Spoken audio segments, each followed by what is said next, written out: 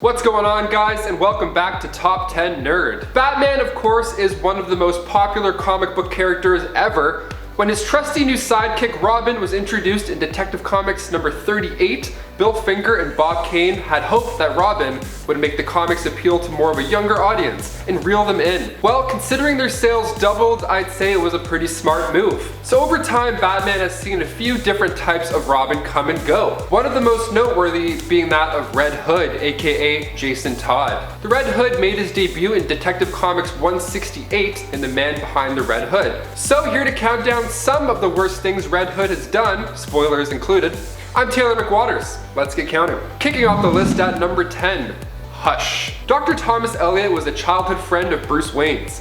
Their upbringing, however, is just a touch different.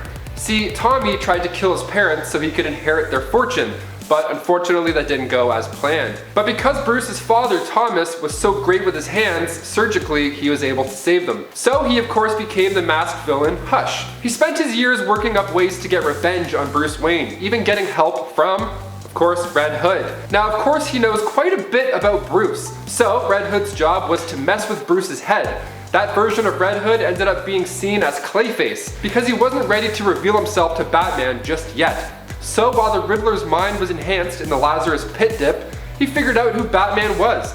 But of course Jason Todd gave him confirmation. And before we go on to number 9, if you haven't already done so, make sure to hit that like button, because it helps us out here at the studio quite a bit. Now moving on to number 9, Joker Beatdown. See, usually when a main character dies in a comic book or a movie, the rest of the film just shows the other lead gearing up for revenge. In Jason Todd's case, death was not the avenging action to make. See, after the Joker had killed Jason Todd, Batman didn't kill the Joker. Now, of course, his one rule holds him from doing that, but in this case, is it warranted? Red Hood believes so. In fact, he ended up kidnapping the Joker and torturing him, even giving Batman an ultimatum. Kill Jason, or let Jason kill the Joker. The beating itself is just beautifully awful. Number 8, Arkham Knight. Fans rejoiced when the 2015 Arkham Knight game was announced. We loved the series since Arkham Asylum, back in 2009. Wow, 11 years ago. Get out of town, I feel sick. Are we all getting old? Are we just old now? Is that it? But when it comes to Arkham Knight, this was one of my favorite video games of all time. Not even just saying that. So of course I have to include it in this list. The villain in the game was of course the Arkham Knight, who was revealed to be Jason Todd.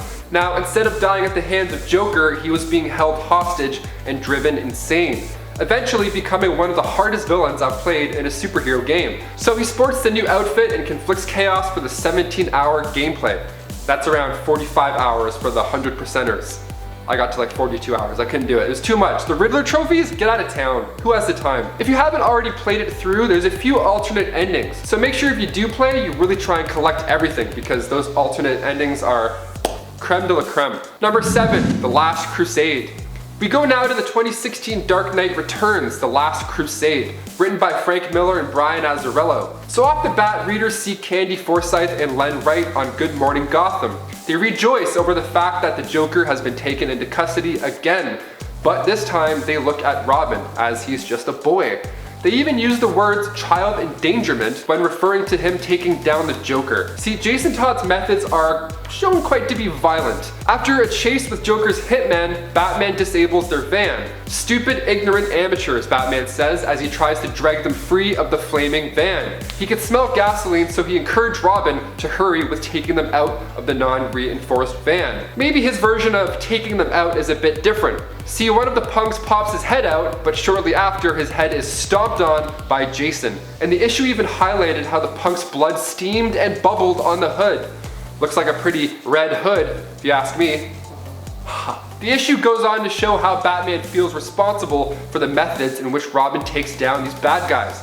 Batman even saying, "This is what I trained him to be, a ruthless killer."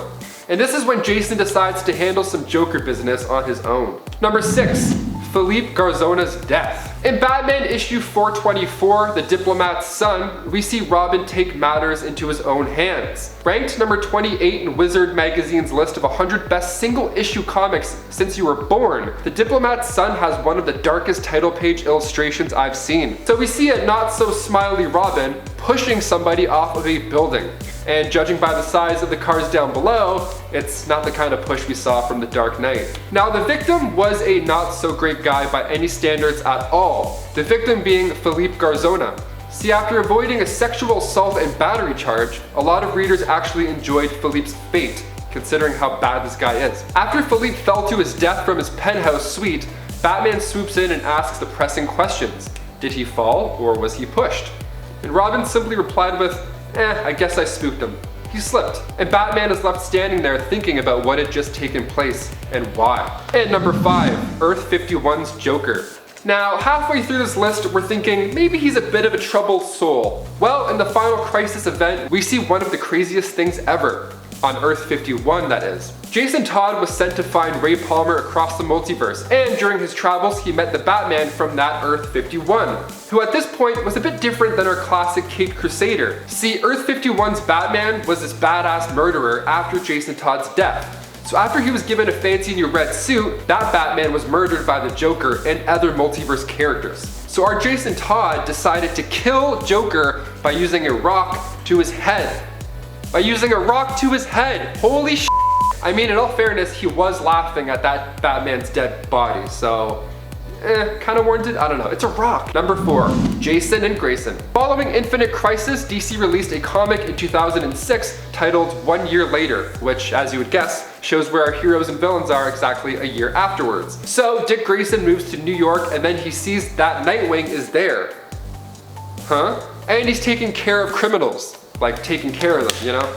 With a little side of death in there, just sprinkled in, you know, just some punches and some death. The suited up Dick Grayson is then approached by the fake Nightwing, who turns out to be none other than our Red Hood, Jason Todd. So of course they scrap it out, and Dick Grayson is knocked off a building, with Jason Todd of course preaching how much more the city of New York liked his take on the Nightwing mantle. The pair end up fighting again for the second time, and Jason Todd wins again. The two ends up teaming together, but seeing Red Hood steal Nightwing's mantle and kick some serious ass, that's one for the books. Number 3, he stole some tires. Jason Todd was given a darker origin after the Crisis on Infinite Earth storyline. This time we see him introduced to Batman as a criminal, which does make a lot of sense considering the horror stories I just told you about. So Batman catches him while he was stealing tires. Doesn't sound too bad. I mean, now's the time for winter tires to be put on anyways. No, these tires belong to the Batmobile. Yikes.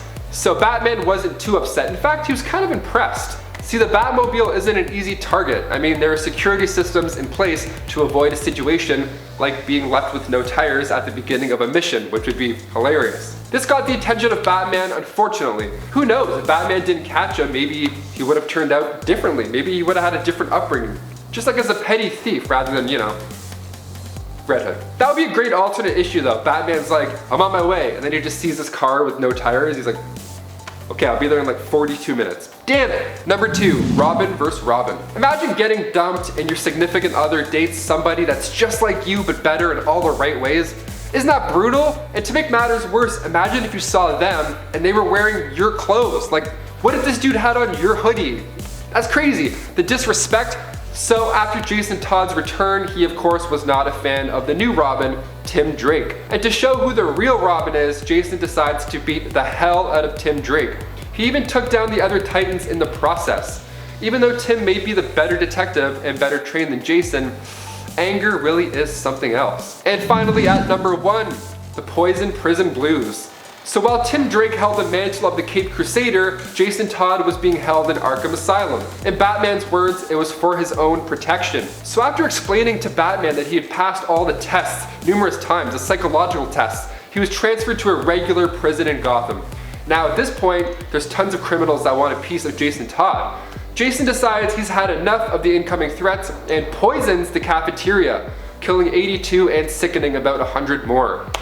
That's one way to take out all of your haters. Geez, it kind of reminds me of that scene from Watchmen with Rorschach. Now before we finish up this list, I'm going to read some comments from one of our Halloween videos. and these come from top 10 weirdest Spider-Man stories. First one comes from Michael Reese, and they say, another strange Spider-Man is that Spider's man. The version of him is made up from a bunch of small spiders with Peter Parker's consciousness. Ew, hope we see that one in the movies. No, could you imagine? It's like Spider-Man 4, it's a bunch of creepy crawlies like going in your ears, but they're all Peter. That'd be kind of gross. Also, what if you killed one of those spiders? Peter Parker's like, my eyebrow. That's like his eyebrow, it's like his leg. I don't know, that'd be kind of gross. Gross. Kingdom Come Superman says, Gwen and Norman again. I guess I'm never allowed to forget. No, never. In fact, tell all of your friends that this is what happened with them. If I have to sit here and type and read about this over and over, then so do you. Kidding, don't do that. Don't tell your friends about that. That'd be kind of a weird Monday morning conversation. And lastly, Brew Blaster comments, great analysis, you are quite entertaining. Who picked that comment? Come on, guys.